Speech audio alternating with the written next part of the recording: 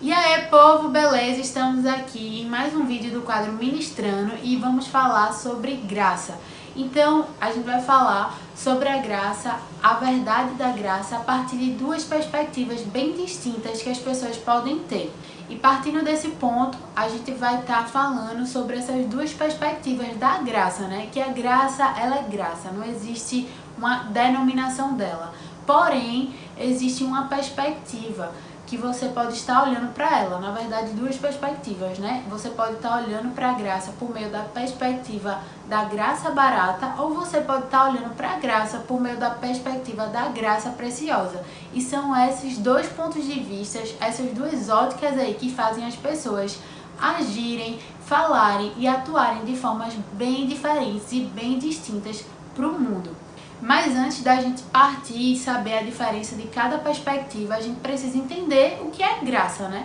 Então eu vou falar para vocês o que é graça a partir do dicionário e também o que é graça a partir da perspectiva de Deus. A graça no dicionário diz o seguinte: graça significa benevolência, merecer, estima ou um favor que se dispensa ou recebe. Também pode corresponder a características agradáveis de uma pessoa. Alguém que tem graça agrada e atrai outras pessoas através da sua palavra e atitudes. Então vocês podem ver aí que a graça, pelo dicionário, tem características muito boas já, né? Tem falando de bondade, falando do prazer de estar com alguém por aquilo que ela transmite, que pode ser paz, que pode ser segurança, vários outros sentimentos bons e agradáveis de estar com aquela pessoa. Então receber algo graciosamente de alguém já é muito bom. Imagine você receber uma graça da pessoa que criou os céus e a terra. Você receber uma graça divina, uma graça sobrenatural. É 1000 vezes melhor, né não? E o que é essa graça, né, divina, essa graça sobrenatural que eu tô falando aqui?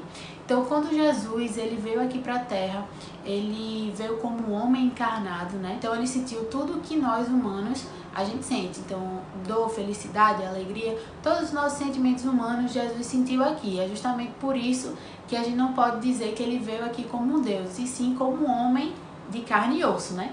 Então, quando Jesus veio aqui para a Terra, ele veio com uma missão. Ele veio salvar a gente e tirar a humanidade das trevas que era regida por Satanás, pelo pecado. Então ele foi para a cruz, ele morreu por mim e por você para nos substituir dessa morte, né? Dessa morte de estarmos separados de Deus, dessa morte que afastava a gente de Deus, que foi concebida lá atrás por Adão e Eva, quando eles pecaram, né, comendo do fruto proibido, e isso ocasionou o nosso afastamento de Deus. Quando a gente era junto a Ele, a gente acabou sendo separado por conta da desobediência do homem caído em não obedecer aquilo que Deus tinha falado para ele, que naquele momento era: não coma do fruto proibido, porque senão você vai morrer espiritualmente e a gente vai ser desconectado. E por conta disso, Jesus veio para cá para resolver essa bagunça toda que Adão tinha causado, né? E que ele representava toda a humanidade naquele momento. Tudo que era ruim, movido pelas potestades e Satanás, Jesus colocou sobre o seu corpo para que a gente não sofresse nisso. E aí, isso é a graça imerecida. É a graça que a gente não merecia receber, mas Deus, por conta do seu amor, concedeu o seu único filho para morrer por nós, para que a gente pudesse voltar a se conectar com Ele, para que a gente voltasse a ter uma família com Deus e fazer parte dessa família. E a gente ganhar um pai, um irmão e um auxiliador, que é o Espírito Santo. E essa graça você ganha, você não precisa fazer nada para merecer ela, você só precisa acreditar em tudo isso que eu te falei e que está confirmado e registrado por esse livro aqui, a Bíblia. Então você só precisa acreditar de todo o seu coração, por meio da fé, que Jesus morreu para te salvar, e assim você vai se tornar um filho de Deus. Então vamos falar primeiro sobre a perspectiva da graça barata. Então, dando um exemplo para você como as pessoas podem ver essa baratização da graça, é o seguinte: é como se você tivesse um cartão de crédito sem limites. e todas as parcelas já foram pagas e você pode gastar da forma que você quiser. Não já foi pago, eu não preciso pagar taxa, não preciso pagar mais nada. Então eu vou gastar como eu bem entender, da forma que eu quiser, da maneira que eu quiser e quantas vezes eu quiser. Então essa perspectiva é uma perspectiva muito pequena da graça em relação à sua salvação, daquilo que Deus já fez por você por meio de Jesus. E as pessoas, infelizmente, muitos cristãos ainda veem essa graça dessa forma, como as parcelas de um cartão de crédito já pagas aí. E quando a gente vê essa graça barata dentro das nossas igrejas, dentro do nosso cotidiano, isso vê que o evangelho está sendo deturpado, que ele não está sendo entendido da forma clara e simples que Jesus quer passar. Então a graça barata é justamente a gente não querer passar pelo processo de metanoia. O que é metanoia, né? Parece que é até um palavrão falando essa palavra. Mas metanoia é justamente a gente estar num caminho e mudar totalmente o curso dele. Então é a mudança de sentido. É como a gente estivesse indo por uma estrada e aí alguma coisa aconteceu, um estalo, e a gente diz, eu não vou mais por aqui não, eu vou mudar completamente a minha rota. E metanoia é justamente essa mudança de pensamento, a mudança de perspectiva, a renovação da mente, que a gente precisa fazer firmado na palavra, firmado na Bíblia. E quando a gente não faz essa mudança, não existe esse processo da metanoia na gente, a gente continua fazendo as mesmas coisas, a gente continua falando da mesma forma, a gente continua agindo da mesma forma e a gente continua vivendo da mesma forma. E não é isso que Deus quer para nós quando a gente entende e é filho dele. Ele quer que a gente tenha uma mudança de perspectiva, ele quer que a gente tenha uma mudança sobre Deus e sobre nós mesmos. Então as pessoas que ainda olham a graça com a perspectiva barata, elas provavelmente ainda estão cometendo os mesmos pecados, elas estão fazendo as mesmas coisas daquilo que elas não deveriam fazer mais. Porque elas, por meio da revelação, Deus já deu a Bíblia pra gente aqui, Ele já deu todas as instruções, a gente só precisa ler e seguir e acreditar. Então a perspectiva que rege e move a graça barata é justamente justificar o pecado e não o pecador. E eu não estou dizendo pra você que as tentações não vão vir ou que você, porventura, não vai pecar. Isso pode acontecer, mas isso não deve ser mais normal para você. Isso não deve ser algo constante na sua vida. E assim, a grande preocupação também, por meio dessa perspectiva da graça barata, é a cauterização da mente. Ou seja, as pessoas estão tão envolvidas pelo mundo, tão envolvidas pelo pecado, que a palavra de Deus não consegue entrar na mente delas. Está cauterizado, é como se elas não conseguissem sentir a palavra de Deus, como elas não conseguissem viver esse amor e essa graça que Deus já deu para nós. Isso é muito perigoso, porque a partir do momento que você não renova sua mente na palavra, a partir do momento que você não vai buscar o Senhor, você acaba cauterizando a sua mente. Então, assim, o pecado que habita no mundo vem justamente com esse papel de cauterizar você para o Senhor, cauterizar você para a palavra de Deus, fazer com que você fique cego, fazer com que neblinas e nebulosidades malignas mesmo fiquem sobre você, para que você não enxergue a verdadeira revelação da vida Zoé. Eu queria falar agora também sobre a perspectiva da graça preciosa, que essa é a graça que você realmente deve buscar, a graça que você deve ter temor, a graça que você tem o processo de metanoia, né, que você realmente muda o curso da sua vida, que você muda a rota para ser voltada e alinhada para os propósitos de Deus na sua vida. Lá em Gênesis, capítulo 1, versículo 26, você pode ver aí como esse processo de metanoia é feita quando você entende que é filho e feito de Deus, né? Feito do seu DNA. Diz assim: e também disse Deus, façamos um homem à nossa imagem, conforme a nossa semelhança. E aí ele continua falando, né, para o homem ter domínio sobre os animais e realmente estar dominando e regendo o mundo aqui na Terra, né? Mas o que eu quero que vocês foquem é justamente nessas primeiras palavras que eu falei. Deus fez você a sua imagem e semelhança. Então você tem o DNA de Deus. Então quando você entende isso e sabe que você é feito dele, você começa a querer agir como ele, você começa a querer falar como ele, você começa a querer olhar as coisas com a perspectiva de Deus. Então, isso vai acontecendo num processo natural de quanto mais você se entrega a ele, mais você vai ficar parecido com ele. Então, morra para poder viver. Então, assim, você acaba morrendo para o mundo, você acaba morrendo para as coisas do mundo, você começa a dizer não para o pecado e sim para Deus. Então, você realmente se nega, você realmente se anula para se esconder em Deus. Antes, tudo era centralizado para nós. Tudo era visto para nós, então era eu quero, eu preciso, eu vou fazer, e o discurso começa a mudar a partir do momento que você vai caminhando com o Senhor. Então você sai do centro, você para de olhar para o seu próprio umbigo e coloca Deus no centro da sua vida, e tudo que rege a sua vida é por meio dele. Você entende que é por meio dele, você começa a dar tudo para ele, para que ele possa reger e administrar, e você faz isso de bom grado, porque eu sempre vou falar aqui, é uma escolha. Então se você acredita em Deus, você sabe que você precisa se preservar. O diabo, ele age por meio de duas coisas, a ignorância e a dúvida. Se ele consegue fomentar e plantar isso dentro de você, já era.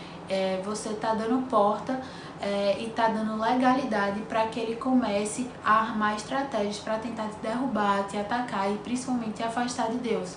Então, quando você é um cara inteligente, quando você é uma menina inteligente e volta o seu intelecto para Deus e para as coisas de Deus, você começa a se tornar um sábio. Então você começa a saber exatamente quando o diabo está querendo se mexer e como ele vai se mexer e por quem ele vai se mexer. E aí você fica 3, 4, 5 passos na frente dele e ele sempre vai ser um derrotado para você. Em 1 Coríntios, no capítulo 6, do versículo 17, diz uma coisa bem importante. Mas aquele que se une ao Senhor é espírito com ele.